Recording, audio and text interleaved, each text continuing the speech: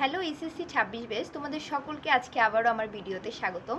আজকে হচ্ছে আমরা তোমাদের যে বিভিন্ন বিশ্ববিদ্যালয়ের সার্কুলার প্রকাশ পেয়েছে, বিশেষ করে চট্টগ্রাম বিশ্ববিদ্যালয়ের সার্কুলার নিয়ে হচ্ছে আজকে আমরা আলোচনা করব।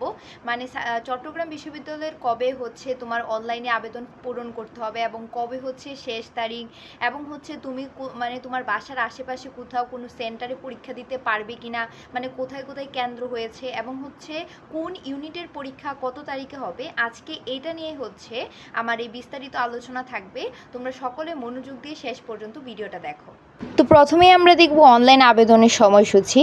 অনলাইন আবেদনের সময়টা তোমার দেওয়া হয়েছে 15 নভেম্বর, মানে আবেদনটা শুরু হবে তোমার হচ্ছে 15 নভেম্বর 2026 সাল, মানে এই বছরই। আর আবেদনের শেষ তারিখ হচ্ছে তোমার 10ই ডিসেম্বর। তো এক্ষেত্রে আমার কথা হচ্ছে 15 থেকে যেহেতু 10 ডিসেম্বর পর্যন্ত টাইম দেওয়া হয়েছে, তাই আমি বলবো তোমরা যত তাড়াতাড়ি সম্ভব আবেদনটা করে ফেলবা। কেন?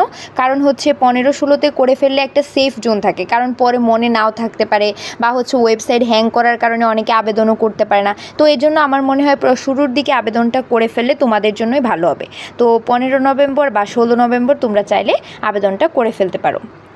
এরপরে আমরা দেখব ভর্তি পরীক্ষার কেন্দ্র। হ্যাঁ, এখন ভর্তি পরীক্ষার কেন্দ্র হিসেবে হচ্ছে চট্টগ্রাম বিশ্ববিদ্যালয় 3টা কেন্দ্র মানে এবার বাছাই করেছে।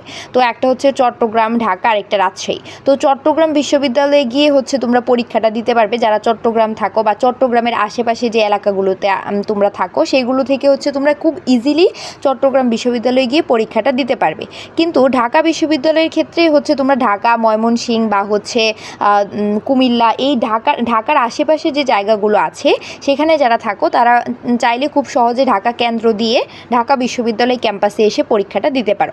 এরপরে রাজশাহীর আশেপাশে যারা থাকো বা রাজশাহীর কাছে যারা, তারা রাজশাহী বিশ্ববিদ্যালয়ে এসে পরীক্ষাটা দিতে পারবে। এখানে একটু কথা আছে যে তোমার ABC ইউনিট হচ্ছে এই একই তারিখে একই সময় অনুষ্ঠিত হবে। এবার ভর্তি পরীক্ষার যে আমি দেখব কোন ইউনিটের পরীক্ষা কবে হবে। এখানে ইউনিটটা হচ্ছে যারা পরীক্ষা দিবে তাদের পরীক্ষাটা হচ্ছে এই বছর হবে না, এটা হবে 2027 সালে 30 জানুয়ারি, মানে জানুয়ারির একদম লাস্টের দিকে। আর যারা C ইউনিটে দিবে তাদেরও জানুয়ারির একদম লাস্টের দিকে, মানে 29 জানুয়ারি হবে, অর্থাৎ ইউনিটের আগের দিন হবে। আর এখানে আরেকটা কথা, B1, B2 এবং D1 উপ ইউনিটে যারা আছো তারা কিন্তু ঢাকার রাজশাহী পরীক্ষা দিতে পারবে না। তারা কিন্তু নিজস্ব ভার্সিটি, যে চট্টগ্রাম বিশ্ববিদ্যালয়টা তোমার আছে, নিজস্ব ভার্সিটিতে গিয়ে তোমার পরীক্ষাটা দিতে হবে। আর এখানে B1-এর ডেটটা হচ্ছে 3 ফেব্রুয়ারি, B2 হচ্ছে 4 ফেব্রুয়ারি, আর D1টা হয়ে যাবে তোমার 8 ফেব্রুয়ারি। এগুলো হচ্ছে উপ ইউনিটের পরীক্ষা।